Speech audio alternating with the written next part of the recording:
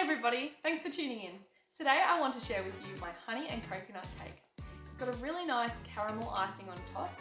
It's really simple to make and you'll find that it's actually quite cheap to make because you'll already have most of these staple ingredients in your pantry. So let's go to the kitchen. Here are the ingredients for this scrumptious cake. Pause the video and take a screenshot.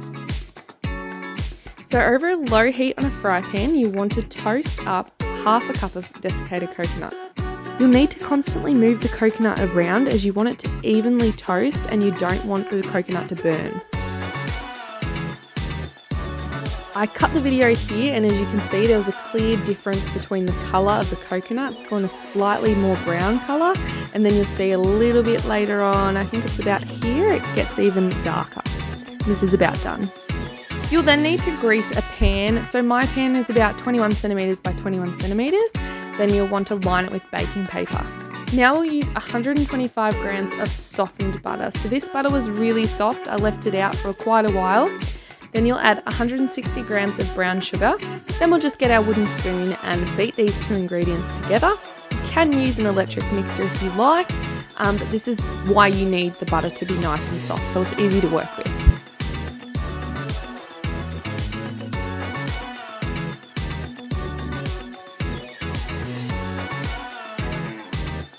So once your mixture looks like this, you're ready to add the eggs. So I dropped an egg and, my faithful little puggies are helping me clean it up. Whoops. Alright, so let's start that again. This is where we'll add our 2 eggs. So you want to add one at a time, beat it in, and then you'll add the next one.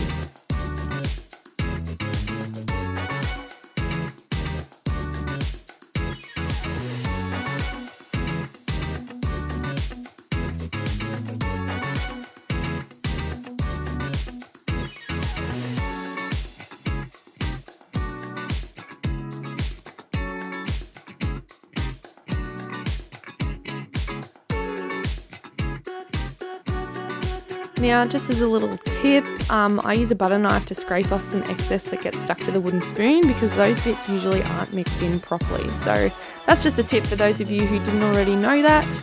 Then, of course, you'll want to mix those bits in properly. Now you'll add 1 teaspoon of vanilla essence, mix that in.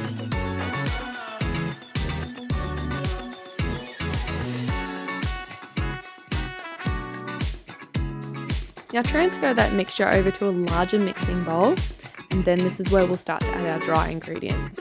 So we'll add our toasted coconut, then mix that in with your wooden spoon.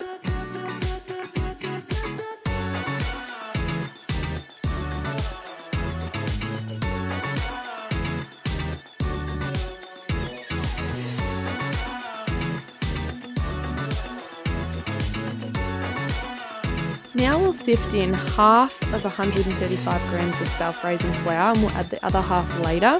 The reason I measure these dry ingredients out in grams is because it's actually faster to do that than to measure out and level out cup sizes. Next we'll add half a cup of milk, but we'll only add half of that, so 1/4 of a cup right now, and then we'll add the other quarter later.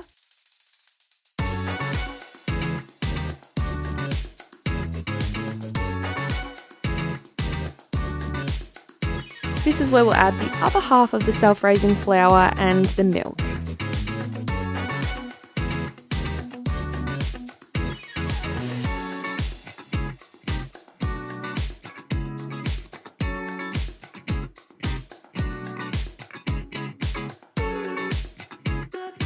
Then last but not least, we'll add 2 tablespoons of warm honey. I use warm honey because it makes it easier to stir through the mixture properly. I just heated this up in the microwave for about 15 seconds, I think. It didn't take very long, so just be careful. Now this mixture looks pretty good, so let's add it to the pan.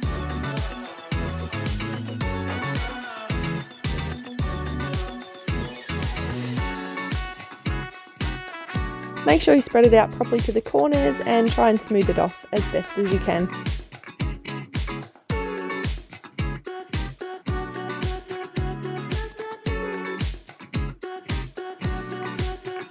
Then we'll put this in our preheated oven of 180 degrees Celsius for 35 minutes. You probably could go a couple less minutes. As you can see, mine got quite brown. So maybe 30 minutes. Just check your own oven. As you can see, my cake tester came out really clean there, so the cake is done.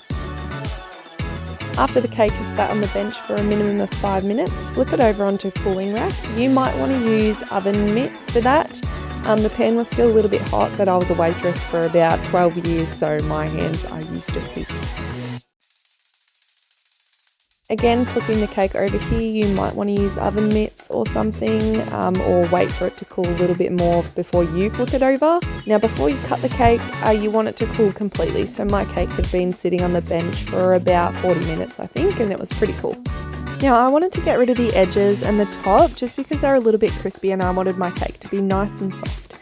So I just wanted the middle bits, really. I used a really sharp serrated edge knife for this.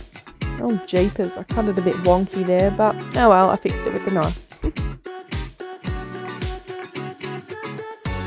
Now this is where we'll make our caramel icing. We'll add 60 grams of butter to a saucepan over a medium to low heat.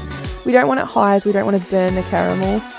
Just mix this around a little bit just to get it sort of melted, and then this was good enough. This is where I added my 80 grams of brown sugar and mix that in until it's silky and smooth.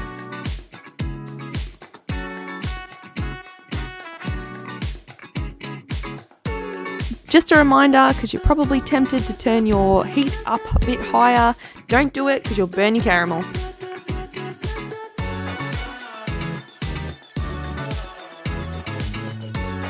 Now you'll gradually add your 2 tablespoons of milk to this.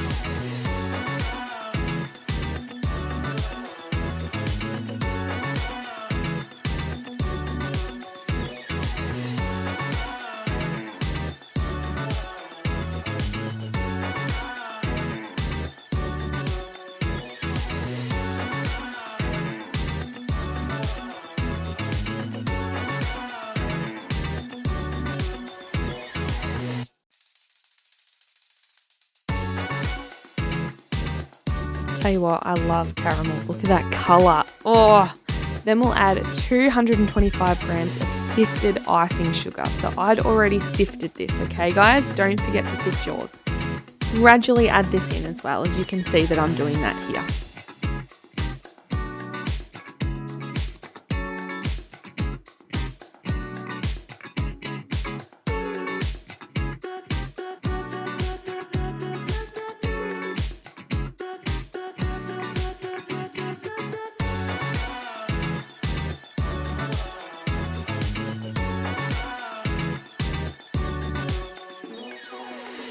How perfect does that caramel icing look? Ooh. Now let's pour it over our cake. I gradually poured it over the cake, as you can see here. I did this because I didn't want the icing to just dribble everywhere. Although it's quite thick icing, it won't tend to dribble, but just in case, I just wanted to keep it as neat as I could.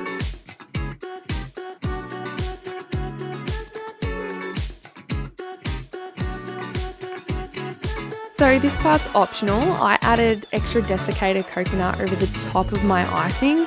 I probably used about a tablespoon. What I have there in the little ramekin was more than a tablespoon, and I didn't actually use it all. So yeah, probably about a tablespoon will do. And then you'll want to cut your cake up. I used a serrated edge knife and it was really hot. So you'll see me take it away and it's gone for a few seconds. That's because I've run it under a hot tap. Then I've dried it off with a tea towel and then I've cut it. That's just a tip I learned when I was a waitress. So using a hot knife through a cake is just like cutting through soft butter. You don't have to cut your slices this small. You can cut them whatever size you like. Now you can really taste the honey through this soft, spongy cake. It's really nice and the caramel icing is just on point. You will love this. Let me know what you think of it down in the comments below. Thanks for watching, guys.